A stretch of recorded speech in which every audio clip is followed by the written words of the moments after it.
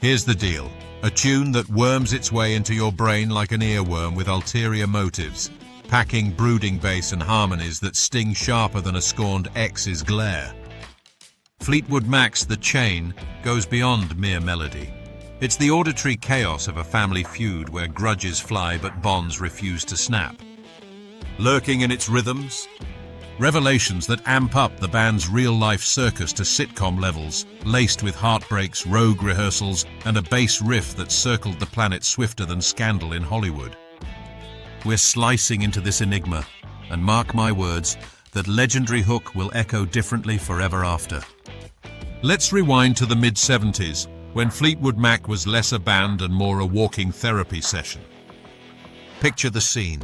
The groups holed up in Sausalito, California at the record plant, hammering out what would become Rumours, an album so laced with personal venom it could poison a well. The Chain kicks off as this half-baked Christine McVie ditty called Keep Me There, or depending on who you ask. Butter cookie, keep me there. Yeah, sounds like a rejected cookie recipe, doesn't it? But here's the spark. During one of those endless rehearsals, John McVie drops this monster bass line in the final minute, all low and throbbing like a heartbeat on the verge of arrest. The band loves it, but the front half? Meh. So they tape the ending and shelve the rest, like saving the cherry on top for later. Fast forward through a haze of cocaine-fueled chaos, because let's face it, the 70s rock scene wasn't exactly a tea party, and the band starts Frankensteining this thing together. Mick Fleetwood's pounding out a steady kick drum beat to keep time. Lindsey Buckingham recycles an old riff from his pre-Mac days with Stevie Nicks on Lola, My Love, and suddenly they've got a skeleton. Stevie strolls in one day, lyrics in hand, fresh from her imploding romance with Lindsey, and slaps down lines like, "If you don't love me now, you will never love me again." Ouch. That's not pillow talk, that's an ultimatum wrapped in velvet. She claims it's her baby, melody and all, but Lindsey tweaks it, chops bits, adds his own venom, and voila! The chorus about damning love and lies becomes this raw nerve of betrayal. Christine chimes in with music for the chorus. John's bass bridges the chaos, and Mick? Well, he's the glue, or maybe just the guy chain-smoking in the corner. But hey, collective credit for all five. First time ever on a Mac record. What if they'd called it quits right there? We'd have no Chain, just a pile of musical leftovers rotting in the fridge. Now the real magic, or madness, is in the assembly. No fancy digital wizardry back then. Engineers Ken Kailat and Richard Dashut are slicing tape with razor blades, literally piecing this monster from scraps of rejected tracks. Drums and guitar solo are the only bits recorded together. Everything else? Overdubs in isolation because, frankly, the band couldn't stand being in the same room.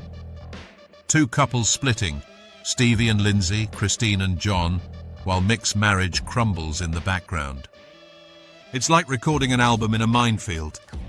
Rumours sessions drag on for a year, emotions boiling over, but The Chain emerges as this defiant anthem. You would never break the chain. Ironic, right? The song's screaming about unbreakable bonds while the band's on the brink of shattering.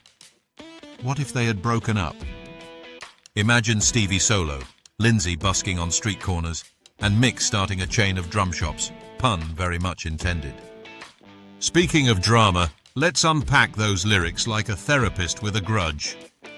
Listen to the wind blow, watch the sun rise. That's Stevie channeling her mystical side, evoking this eerie calm before the storm, roots in her pre-Mac demos. Then it dives into Run in the Shadows, all mysterious and shadowy, like the band's own hidden feuds lurking in the dark. But the gut punch? Damn your love, damn your lies. That's pure breakup bile, Stevie firing shots at Lindsey's alleged infidelities, or maybe just the whole mess of trust gone sour. And that repeating chain keeps us together? It's not just romantic, it's the band's mantra, this invisible tether holding them despite the hate. Obscure nugget.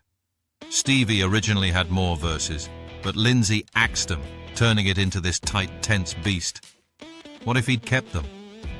We'd have a 10-minute epic, and Mick could have added a drum solo worthy of a tribal ritual. Rumours drops in 77 and boom, it's a juggernaut, selling like hotcakes laced with drama. But The Chain isn't a single at first. It's the deep cut that sneaks up on you, buried mid-album like a hidden dagger. Launch drama? Oh, plenty. The band tours amid the wreckage of their relationships. Stevie and Lindsay sniping on stage, Christine and John barely speaking. Yet The Chain becomes their opener live, this ritualistic declaration. We're still here, suckers. Critics rave, fans devour the gossip, and the album's turmoil fuels its fire. Sales hit 40 million. But imagine the alternate universe where the band implodes mid-recording. Rumours becomes a rumour itself, and we're all listening to disco instead. Horrifying thought. As the years roll on, The Chain claws its way to legend status. By the 80s, it's a concert staple, that bass drop sending crowds into frenzy. Then, Quirky twist. The BBC snags that rumbling low end for their Formula One coverage starting in 78.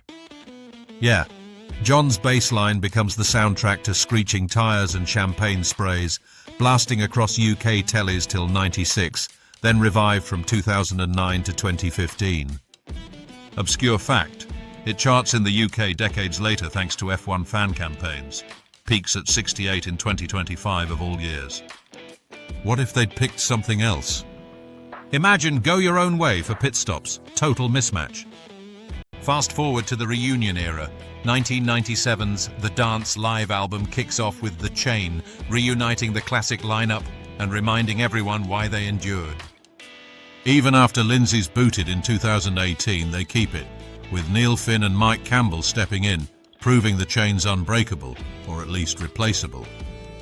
Covers pile up. Tantric rocks it in 2004 for some HBO doc. 3 Days Grace in 2011. Evanescence turns it epic for a video game in 2019. The Highwomen give it a country twist for The Kitchen movie. And media? It's in Guardians of the Galaxy Volume 2, blasting during family feuds in space. Fitting, since the Mac were basically interstellar drama queens. Pops up in Our Flag Means Death. I, Tonya, even Glee. Quirky aftermath. Listen close with headphones. You'll catch a whispered "fuck" right before it starts. Probably Lindsay's frustration leaking through. And those faint ticks? Mick keeping time like a metronome on steroids. But the real ripple? The Chain becomes this cultural talisman for resilience. Bands cite it as inspiration. Fans tattoo the lyrics, and it's quadruple platinum in the UK. Obscure tribute, reworked for Xbox's Gears of War 5 by Evanescence, all heavy guitars and strings, emphasizing unity against chaos. What if Fleetwood Mac had gone metal? We'd have headbanging hippies. Its meaning evolves too, from personal heartbreak to group survival, echoing how the Mac soldiered on through Scandal's lineups and enough drama for a miniseries. So there you have it, folks, the wild, wacky saga of The Chain. A song stitched from scraps that outlasted the heartbreaks it chronicled. If this tale of tangled loves, razor blade edits and racing riffs got your pulse pounding, smash that like button, subscribe for more rock lore that bites back, and drop a comment. What's your favorite Mac meltdown moment? Keep the chain going. Share this with a friend who's still running in the shadows.